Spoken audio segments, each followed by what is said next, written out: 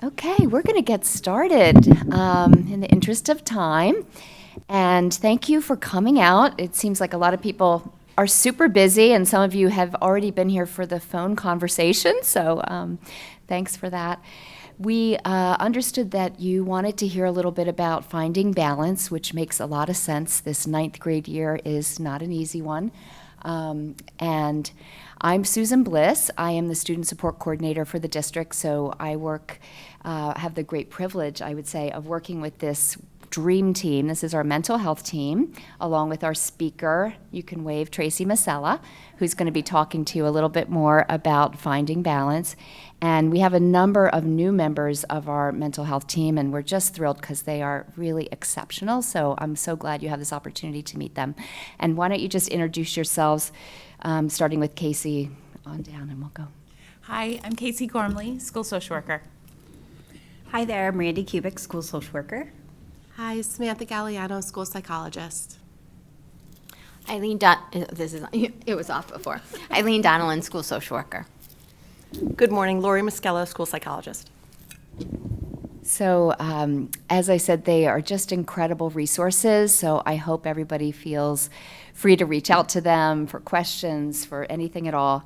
I was just talking to Tracy before this about finding balance and confessing that my son's now 24, but I remember the ninth grade year and the high school years, and I did not find balance very well. I was confessing that, when you're in it, it's so hard sometimes because you just are it's the water, right? Like the college, and it was very hard to kind of step back and realize what's really important is not that. So I wish I had done some things differently. So I really am excited for you to have this opportunity to think a little bit and take a step back today and hear from our incredible panel here. So I'll turn it over to them.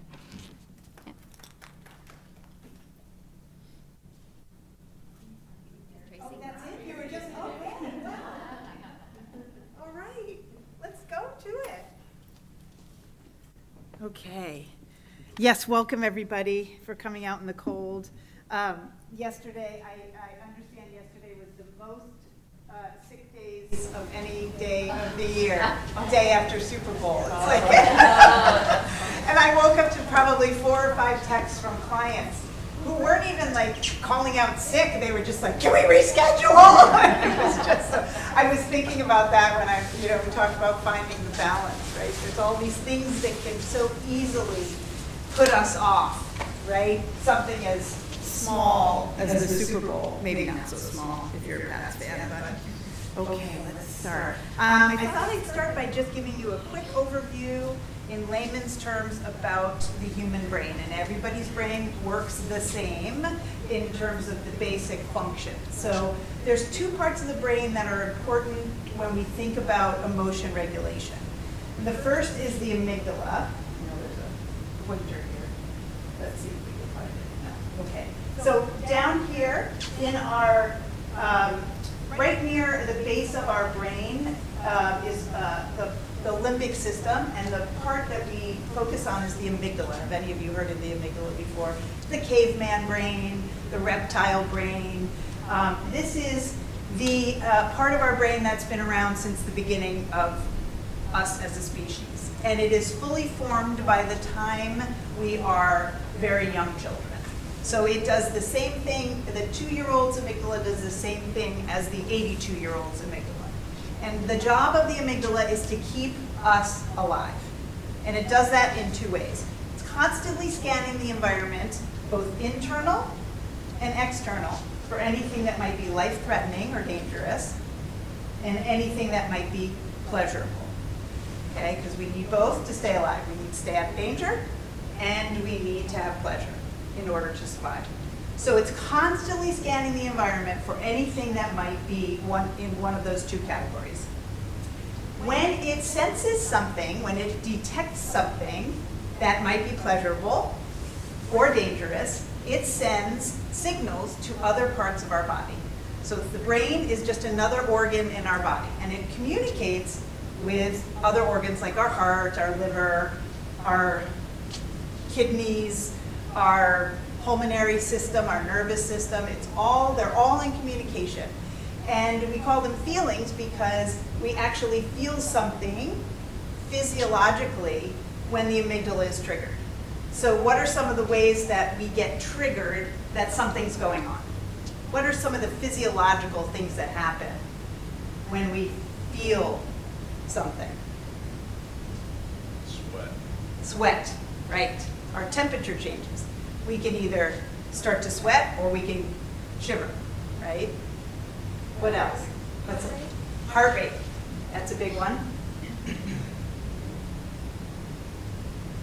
What else do you, if your kid comes to you and might be anxious about a test, what might be some of the physiological symptoms that they're feeling? The butterflies or like Stomach. nauseous Yep. or So the stomach is the second brain. And that is a big signal for something that's going on emotion-wise if your kid comes to you and says, I have a stomach ache or a headache. Those are the two ways. And often kids, particularly little kids, don't really have the language to communicate about their emotional experience, so they will often act it out by these physiological symptoms.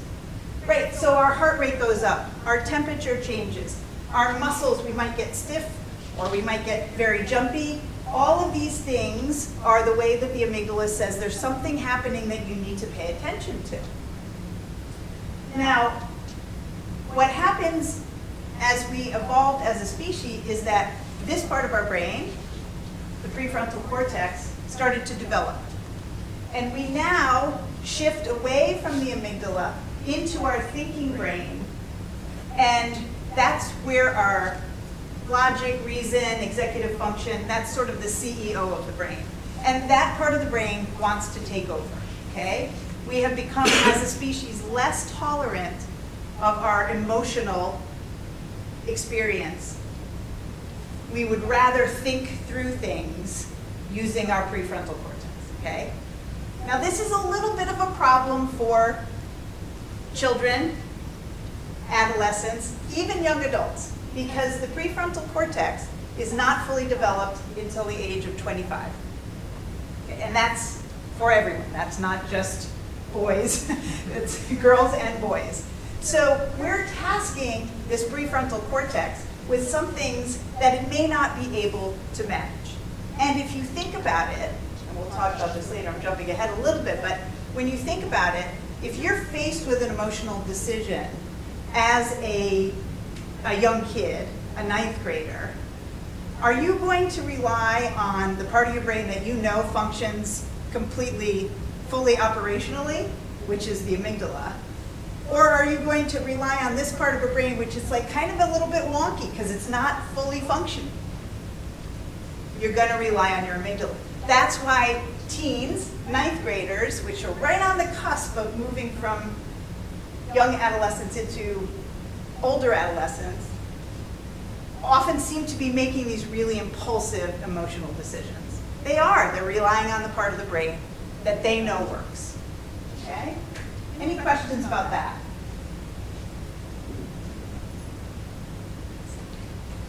Okay. So I'm just going to quickly go through some of the developmental milestones for early adolescence and late adolescence, okay? So cognitive changes. So cognition is not related to academic success, okay? Cognition is the way our brain functions. Now, it relates to academic success, but often kids who have neurodiversity don't do well in school, even though their IQ might be very high. Okay, so cognition is the functioning of the brain. So 11 to 14, so just as they're entering into 9th grade, they're starting to think more abstractly, not so concretely. They're still having difficulty thinking ahead, planning, thinking about the consequences. And they're often using humor and arguing, debating, as a way to work through their newly found cognitive skills. Sound familiar? Yeah. Self-concept, a lot of focus on changes in their bodies. This is the beginning of when we look for individuation and separation from the family. So what this means is that kids up until this age are looking to parents for almost exclusively for feedback on how they're doing, right? This is beginning to shift, and they are going to now look to their peer group for feedback on how they're doing. Now, this is really hard for parents. You go from being the number one in your kid's life to being chopped liver, right? This is the part where you have to ride it out. And you have to let them, as long as they are not making rash, risky, dangerous decisions, you need to let this process happen, okay? Doesn't mean they're not still thinking about you, doesn't mean they don't need you, doesn't mean you can't parent. It means that in terms of who they are, their identity, it's beginning to shift to what do my friends think about me from what do my parents think about me, okay? That's a key part of psychological development in adolescence. Okay. So, greater focus on peer relationships. Expectations are getting more difficult. We see a big drop off. You guys can probably echo this. Sophomore year in high school is a big inflection point for kids, and kids that have more anxiety or potentially depression will start to fall off the trajectory or the curve in sophomore year. Is that something that you find? Social relationships get more complicated, academic challenges get more complicated, more critical thinking needed. So kids that are anxious or, again, neurodiverse often start to fall off. So we want to really be paying attention to kids that seem to be maybe falling behind in sophomore year. Okay. So then we move into later adolescence, just to give you a preview of what's coming, or for your older kids. Now they can start to think more abstractly and hypothetically. They start to think about the future. Obviously, talk about college starts very early. I have middle schoolers that are already talking about college, which scares me. But there's an increase in empathy and concern. You should start seeing that. That's wonderful to see. It may not be toward you, but you start to see it as their world expands. And sometimes they can get very righteous and pick a cause and tell you all about it ad nauseum, right? So they get more, they start to shed what is childhood sort of narcissistic view, sort of self-absorbed. They start to see themselves as part of a larger world. This is when identity formation is the most intense. This is when you'll start to see them breaking off more. Spending more time in their room, talking to their friends, wanting to do things more independently, maybe pushing back against things that are part of the value system in your family, so you might start to have some conflict about that. Hyper-focus on body image, and dating and romantic interests start to happen. This is when things start to get, by the time they go to college, they sort of become human beings again, right? And for any of you who have, my kids are now 27 and 31, so they're pretty cool. But you start to see that happen as they get more comfortable saying, this is who I am. And hopefully you've ridden out the years of conflict, so you get to a point where they're pretty cool kids and you're happy to hang around with them. Limits are still important. Let's see. Okay, so this is what I was saying before, that kids are still kids, right? We are tasking our kids, particularly at schools like Buchanan, with extraordinary amounts of pressure.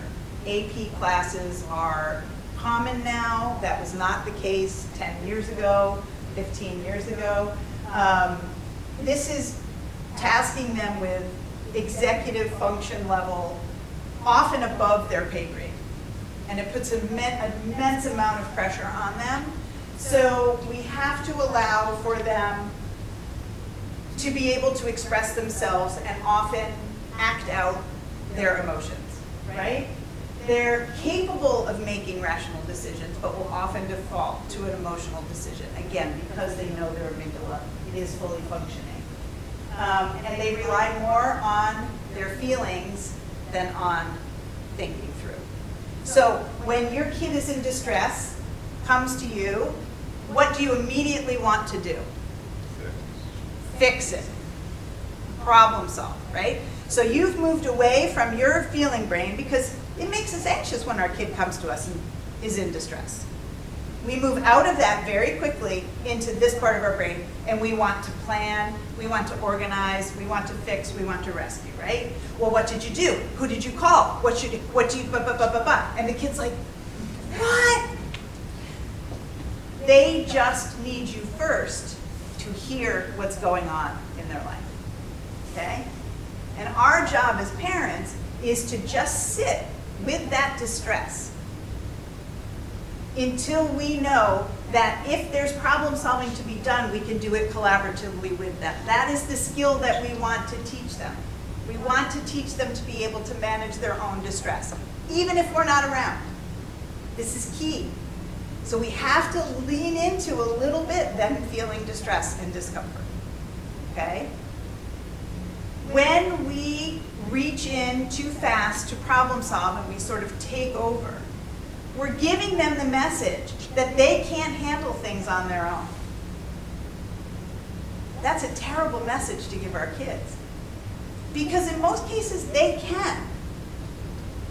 Now, they might want us to help with certain things, but really with the emotional decisions, they have everything they need to handle those. Does that make sense? Tell me how you think about that. When I say, let them struggle, what do you guys think? That's tough. It's a torture for us. It's torture for you, right? Right. Why? We don't like to see them upset. Because, And we cannot help. well, you can help. It just lay back. That's right. That's a tremendous help. Sometimes it's getting worse if you speak more. It gets worse if you, Speak more. yes, Yes. exactly. Exactly. Because when your kid says you're not listening to me, they are right. You're not. But we could do this really fast. Save that for your spouse or your significant other. to treat him. Those ones are a problem. I agree. We're like 10 miles down the road. We got this. We're done. We know who to email, who to get this done. Exactly. But that's the skill we want our kids to have. And they're not going to get it if we do it for them all the time, right? And what happens when they're out in the world and they've got friend conflict, which happens all the time? Are you going to go in and like manage that group? No. They have to know that they can manage it. Okay? So this is about regulating our own emotional experience. That's the balance. Can we manage our own emotional experience so that we can let them have theirs? That's the key. So you got to find a friend. You got to find a friend that you can vent to. I have a best friend. She's the best validator in the world. I can call her. One day I can say, oh my God, I hate this person so much. I can't believe it. Blah, blah, blah. But she'll be like, oh, I hate that person too. Next day I'm like, oh my God, they were so nice. I feel so bad. She's like, oh, I know. I always feel so bad about that too. She's just with me. That's all I need, right? I just need somebody to say, you're not crazy. I've felt that too, right? It's a little harder with kids because they don't want to hear that you've felt it too. Because they want to feel like they're complete individuals. But you can say, I get it. That really sucks. This is hard. Yeah. I got a random one for you. Okay. And I know I don't want to disrupt your flow. That's because I okay. like where you're going. We'll find the balance again. All right, I like See it. how I did that? So being that a lot of these kids are, we talked about it earlier, COVID kids, Yeah. and then we're talking about these problem-solving elements of kids working it out. Yeah. I think there's this social element of kids that I see them struggling because it is that interface of the conflict doesn't necessarily exist. Right. And how do we as parents, or how do we collectively as a community help these kids? Yeah. I mean, what's... Yeah, that's a 'cause I very think good it's- point. I think it's great, right? They need to, but if they don't have this foundation, Right. what are we doing to help? I think we all regressed during COVID, and gains that we had made with our kids, even college kids that came home, we see this regression, right? So they had been off at college doing their own thing, maybe talking to you once a week on the phone, and now they're suddenly living, and you're like, okay, we're having dinner at 5:30, and then we're going to have game night, and what movie would you like to watch, and which, Tiger King is on at 8 o'clock, so we're all going to watch, right? So any independence that they had was just ripped away from them. High school kids the same. This is when they're starting to get like, can I go into town with my friends? Can I go and hang out? Can I do this? Can I do that? We all regressed. So we can't blame it all on the kids, because we regressed as well. And people had different ideas about what was appropriate, when to kind of let the guardrails off. So I think we all have to get back to a point. And we have to encourage our kids to, because it's all still there. They didn't lose anything. They regressed a little, but we all did. I think we all have to just say, okay, what was it like pre-COVID? Well, we can still do that, right? And even more so now, letting them try out some independence, try out some things, fail, right? So think about how you as a parent might have regressed during COVID, right? What were the demands that we put on our families that were like, why are we doing this? Why are we having puzzle nights? Like, we never did that, right? Suddenly it was, that's what we have to do. We have to bond. But if that wasn't comfortable and natural, we got to go back to the way it was before, right? So how did we regress as parents? And maybe think about ways that we can let go of some of those. That's a great question. And I think we're going to see the ripple of this for a while. Okay. This is a really important slide. Mental health is not the absence of negative emotions, it's having the right emotions in the right situation and coping with them effectively. Negative emotions, there are only 7 primary emotions, okay? 7, that's it, and we all have them. And there's only 2 that are considered positive emotions. The rest are negative emotions. Sadness, anger, fear, guilt, shame. Those are the negative emotions. And they all have a very important psychological purpose in our life. Right? They're there for a reason. They're not there to make us miserable. They're there to keep us alive. And on a very primitive level, we need all of these, right? We need sadness to know what is important in our life. It helps us to prioritize. If we are sad about losing something or missing someone, that means that they are important, and it's a way for us to categorize or prioritize people in our life. Anger, if we are attacked, it motivates us to attack back, or it motivates us to stand up for something that we believe in, right?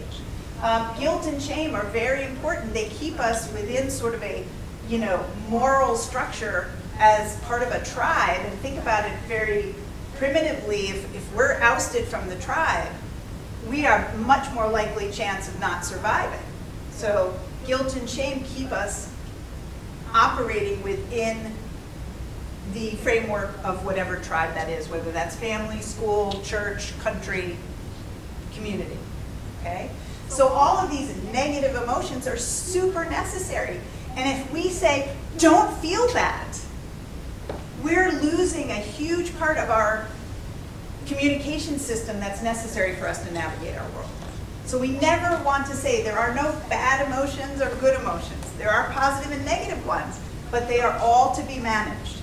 And they all give us information that is really, really important. So when your kid comes to you in distress, that's not a bad thing. It's an opportunity for us to learn more about how our kid thinks, right? What are you feeling? If we can get to that, maybe we can help them to navigate it. Does that make sense? Okay. A family frame. We talk about this a lot in the work that we do.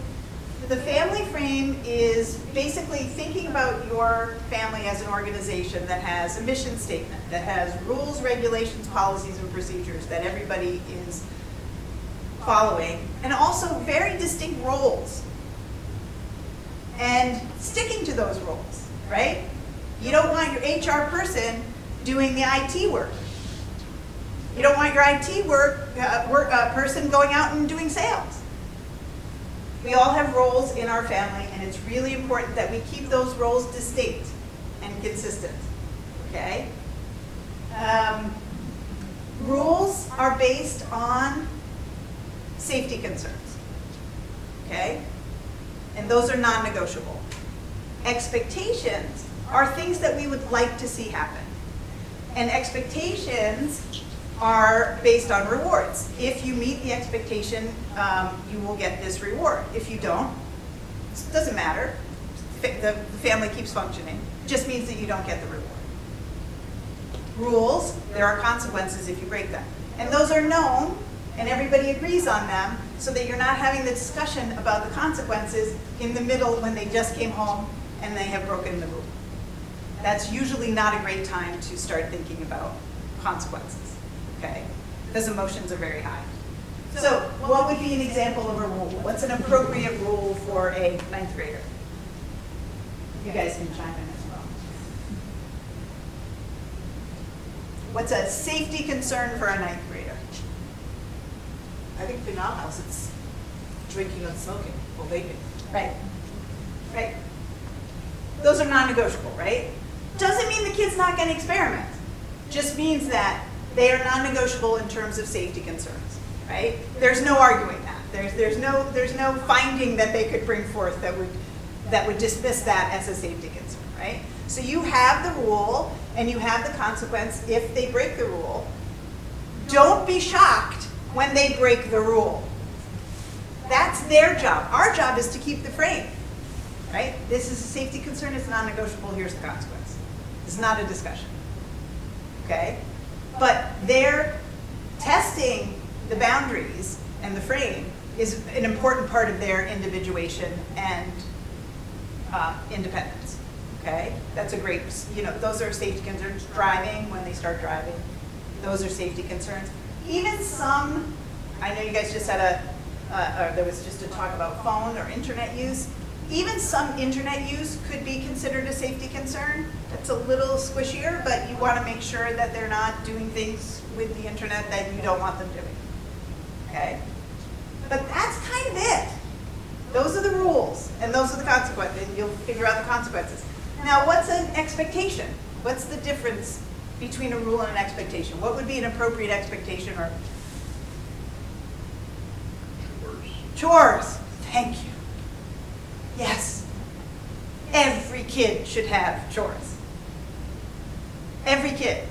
From the littlest, I have an 18-month-old grandson, and his chore is giving the dog a treat. It's beautiful, but he is learning that after dinner, if Ellie hasn't, begged mercilessly, she gets a treat, which is every night. But that's his chore. He is participating in the functioning of the family, right? Now, his reward is he gets to live in the house and he gets lots of, oh my God, you gave the dog a treat. It's like the best thing.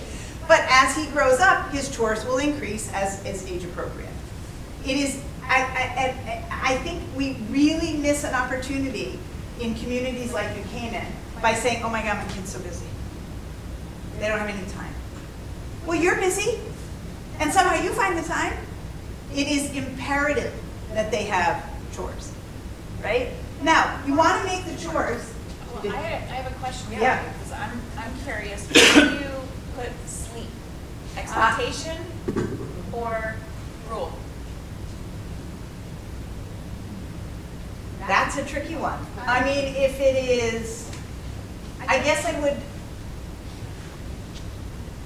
say that's more an expectation, unless they're staying up until 4 o'clock in the morning. But if it's, if it's within a reasonable, teens are, the normal sleep cycle for adolescents into adulthood is 11 p.m. we start to, our temperature starts to decline, go down. It starts to raise at 7 in the morning. That's the normal sleep cycle, okay? As close as you can get to that, you're in cycle with your body. That's physiologically what is happening in our body, right? Those are the cues. Now, if you, whatever your sleep cycle is, let's say that during the week you go to bed at 11 o'clock, and then on the weekends you go to bed at 2 in the morning. That, if you have a variance of 3 hours or more, you go into jet lag, just as if you had traveled to California. How long does it take to get out of jet lag? 7 days. So, if you go into jet lag on the weekend, and then go back to your seat, it takes 7 days to recover. On Friday, you may have recovered from jet lag, and then you start the cycle again. So many of our kids are in sort of permanent jet lag. That's why they're like, oh man, I'm so tired all the time. So if you can get it to, if there's going to be a variance, keep it under 3 hours. Okay? So let them stay up a little later on the weekend, but just try and keep it a little closer, under 3 hours, and you'll avoid jet lag. Okay? But I still think that that's an expectation and not a rule, unless it becomes a safety concern. Okay? That's a great question. Chores. Yeah, so I'll give you an example. In when my kids were old enough to drive, there was the family beater car that they had, and if they did their chores during the week, they got the tank was filled up by me. If they didn't do their chores, they got no gas. Didn't mean they couldn't use the car, just meant it came out of their pocket and not mine, right? That was enough. They only didn't do their chores like a couple of times, or they would say, they would either negotiate with each other, you got to get me this week, I've got tech rehearsal for the play, or they'd come to me and say, I really, can I get a bye this week? So that's again, thinking ahead, planning ahead, whatever. So again, if they did, their chores weren't so great, one of them was going to the dump, the transfer station. But they would go to the transfer station. Now, if they didn't go, look, it wasn't that big of a deal. The garbage would just build up and it would be more onerous the next time they had to go. Did it impact our family life? No, it didn't. But they didn't get any gas, so it impacted their life. Right? Didn't greatly impact mine. So you want to make chores that they can do, that if they don't do them, because they won't on occasion, then it's not going to impact the family life, but it will impact theirs because of the lack of the reward. Does that make sense? A lot of people have grades as expectation. And that is dangerous. It's really, really dangerous. Your kids' grades should be their concern. I know this is hard to let go of. We have a rock star team here at the high school. This is why we moved to towns like New Canaan and pay the taxes that we pay in New Canaan, which mostly go to our education. And it is amazing. Our education system in New Canaan is to be rivaled, right? New Canaan High School is as good as many or most private schools in the country. So let them do their job. Don't be haunting their portal, right? If your kid is motivated to get an A, they're going to get an A. If your kid is okay with getting C's, they're okay with getting C's. And you have to know your kid. But the thing that kids can't stand talking about is their grades. It causes them the most stress, believe me. They are stressed 6 to 8 hours a day here. They don't want to come home and have a conversation about their grades. Okay? So if you can take one thing away, you got to back off on the pressure. And silence fills the room. What's the worry if you take your foot off the gas of their grades? What's the worry? I have one who's highly motivated. Yeah. highly motivated. Right. And I have one who's like, I have to do something. Right. And that's the one we can't take our foot off. Why? He won't do the work. He just won't. No. Nothing. But his behavior is, he's a great kid, right? Yeah. No, so he's my kid who needs assistance. And it took a while to identify that because he's not a troublemaker. Right. He is the best behaved child anywhere in the world. So all of a sudden you're like, oh shoot, we got a problem here. Yeah. And then it was catch up. And Yeah. that's why we moved to here. Yeah. We sold our house and moved here in 21 days. Yeah. Wow. Yeah. I was like, he's got to start school. Let's go. You know, he is blessed with an amazing temperament that is just innate, and Yes. that has to be fostered. And though we want this kid to be able to, you know, And I will say New Canaan has been amazing. yeah, From the day we got here. They have held his hand and he's doing great. and the expectations for his grades might be different, Yes. right? Because we don't want to Certainly. squash that amazing Yeah. temperament that he has, That'll which be is going to good. take him Yes. much further It in will. life And we recognize than what that. he gets in calculus. Yes, we recognize Yeah. that. Yeah. I don't think I'm just fine. What Just did, fine. To be honest. I turned out just fine. what's that? I turned out just fine. I don't think I took like. Yeah. It'll be interesting when his sister gets here next year and is doing the same work as him. Mm. But I'm like, good, she can help it. Yeah, yeah. Or they're different people and they're gonna have different paths, right? I have a friend from England and our kids were the same age, and when my kids were going through the whole college process, she said, I don't understand why you guys get so agitated about college when there's 3,000 colleges in the United States. We have like 10 in England, right? And it's a real concern about whether you're gonna get in. She's like, there's 3,000 colleges, you know?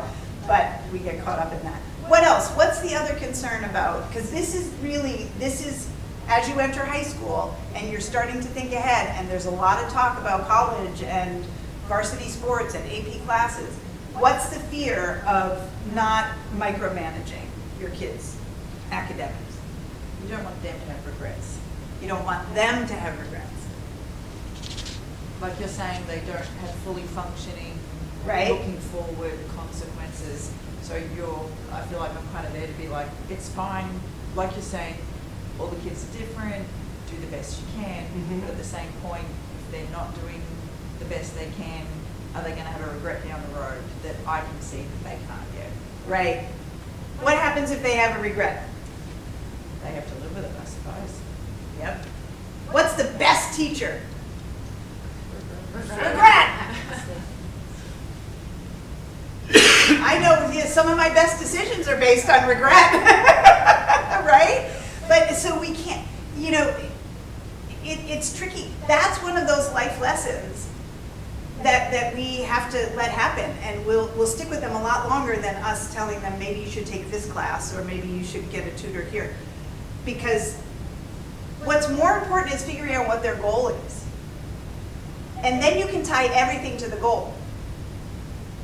And if it's a reasonable goal, then it can be achieved, right? If it's an unreasonable goal, then you have the discussion about having a reasonable goal, right? But if you know what the kid's goal is, you can help them achieve it. Help them, right? Say, hey, well, I know you want to do X. Is that going to get you closer to X or farther away? I'm just asking, right? So I think rather than focusing on individual grades and scores and achievement, we need to think about what the kid's goal is. Now, they may not know, but they might have some idea, right? What are they interested in? What are their friends interested in?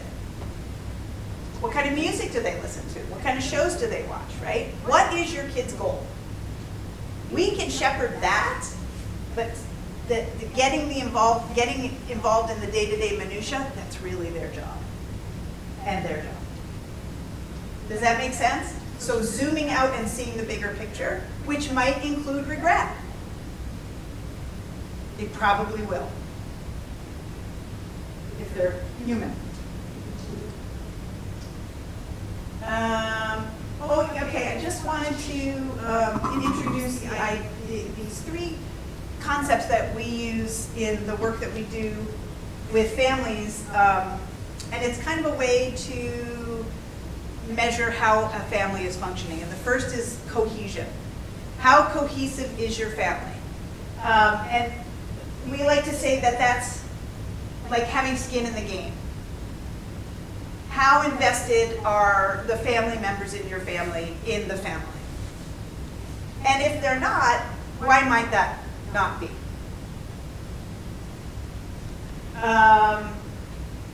It's also, this is where the family frame comes in. How willing are your kids to abide by the rules, regulations, policies, and procedures in the family? How much are they pushing back? If you're getting constant pushback from all the kids or one of the kids, you might need to look at the family frame and say, is this working for our family? Right? Communication, not talking at kids, doing more listening. Super important to listen to what they're saying and hear what the problem might be. And flexibility. Now, this doesn't mean caving, giving in, capitulating when a kid is in distress and wants to break the rule or has broken the rule.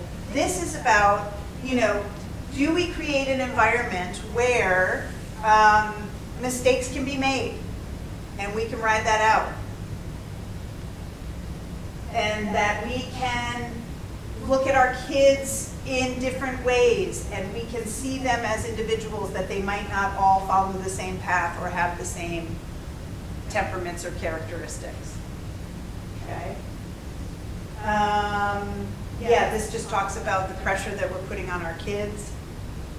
It's real, and we're seeing it in the rates of anxiety and depression. It puts a lot of pressure on you guys too. And I would encourage you to think about how much pressure you're feeling in your family and ways that you could maybe get rid of some of that pressure. And this is just the final thing that I'll have you all read, and then we could do questions.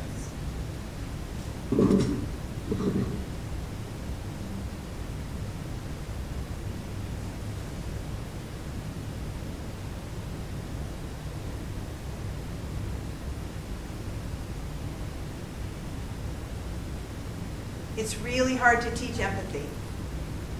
So if you want to teach your kid one life skill that will get them the farthest, it's empathy.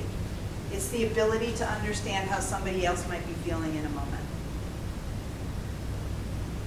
It's zooming out from how we're feeling and able to see somebody else might be feeling differently, and that's okay. That's a huge skill, and if we can teach our kids that, they'll be rock stars. It doesn't matter if they're, at Harvard or at a tech school. It doesn't matter. We need a society that's built on people that have empathy and understanding. That's my plug. So, questions? You guys have any thoughts? Anything you want to add to that? Because you're seeing the kids almost as much as these guys are. Is there anything that you'd like to add? So it's my first year at Keenan, but I've been 12 years into working in high school. And I have to say, we're all doing a fabulous job because these are some of the most polite and respectful kids I've ever met. So, and they're really invested in their school, which is really exciting to see. Something, Tracy, that you highlighted that I think is so important, and I've said this to parents over the years, freshman year, it's new, transition, it's exciting. Junior year, it's about the academic pressure, right? The most important year. We do over the sophomore year, and I find that's when students struggle the most. There is this social, emotional shift that happens. The pressures set in, and kids are really struggling with, who am I? And so next year, for those of you who have freshmen, just keep an eye on that. Definitely reach out to us and contact us so we can help you with that, because it is a big, big year for students.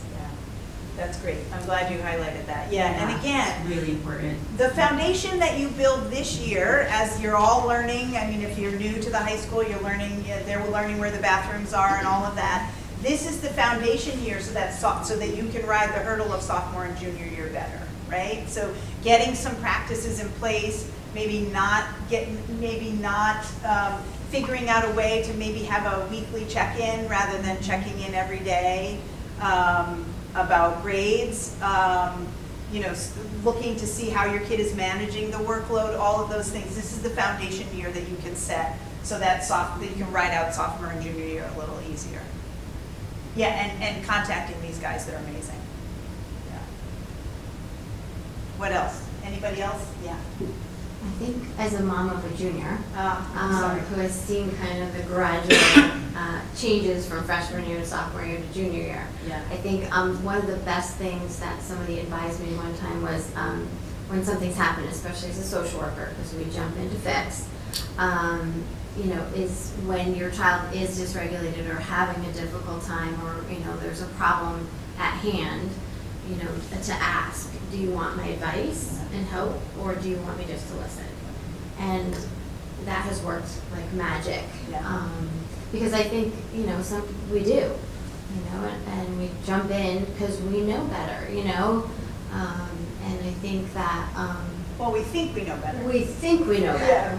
Yeah. And I think that's a learning process Yeah. for parents as you go, like your kids are learning, but you're also learning alongside of them as to how to tweak and manage that. Yeah. Yeah. And so always give yourself grace.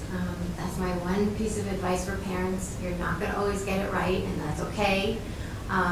Do find your trusted friends or adults to kind of lean on and regroup, reset, and get back into the game. And I do echo what Randy was saying. This is my 25th year in the district, 21st at the high school, and I think the thing that I am incredibly grateful for is our administration.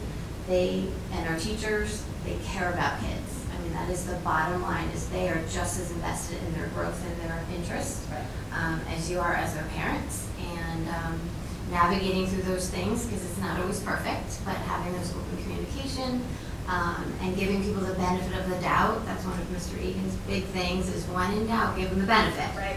Because you never know what it's like to be in another person's shoes. And so keeping the lines of communication open. They know when they come into our offices, it's a no judgment zone, where kids can just be themselves and work through issues and problem solve, and or just be listened to. Sometimes they just want to be heard. And also we have the gift of knowing, what are other kids going through the same thing, and so normalizing that for them is, this is something that many kids do deal with, and so that they feel like they're not alone in it, and helping them find, I think, or encouraging your students to find the things that bring them joy. I think sometimes we only focus on the problems as opposed to looking at what are the incremental things each day that they do.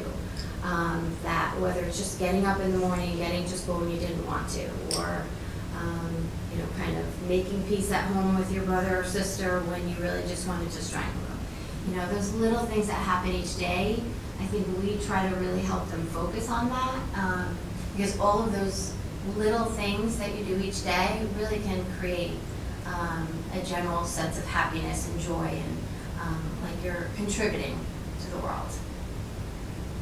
Yeah, thank you. Yes. I think what Mr. Egan is talking about, like giving the benefit of the doubt, is what we're talking about, like flexibility. That would be an example of flexibility. Like, can we listen?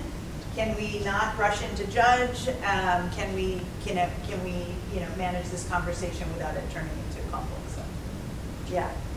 And I think, speaking to your point, a lot of the things that you mentioned was, we aren't just building college students, we're building adults, right? Life goes on after, college is 4 years, sometimes, most times, right? There's a whole lot of life to be lived after college, so we got to have the long view, right? Are we building functioning adults? Not so focused on college, right? Anybody else? Yeah. I'm curious. Do you Yeah. have any research on the high IQ but low EQ kids? Yeah. Or the general EQ and IQ not matching? Yeah. is that going to be happening or changing, you know, when the kids growing up?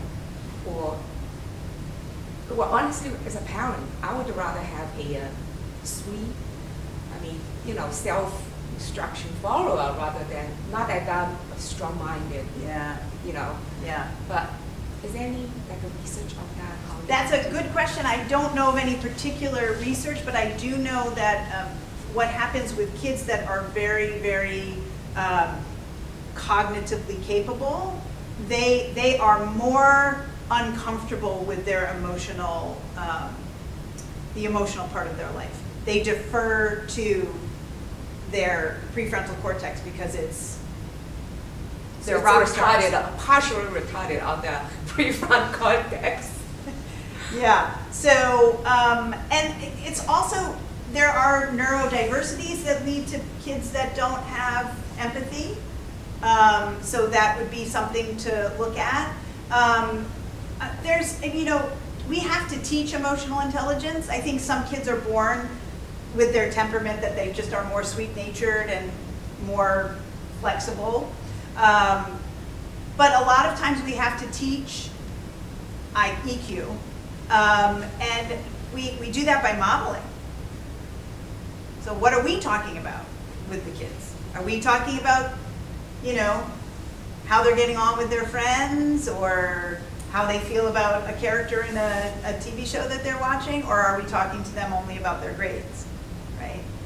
So lots and lots of work on EQ, lots of books that you can read, but in my business, that's where the money's at. I have a lot of smart, super smart kids that come into my office and it drives them crazy because I don't ask them how school is going. And they hate it. They're like, can I tell you about my kid? Nope. Maybe at the end. Let's talk about this stuff first.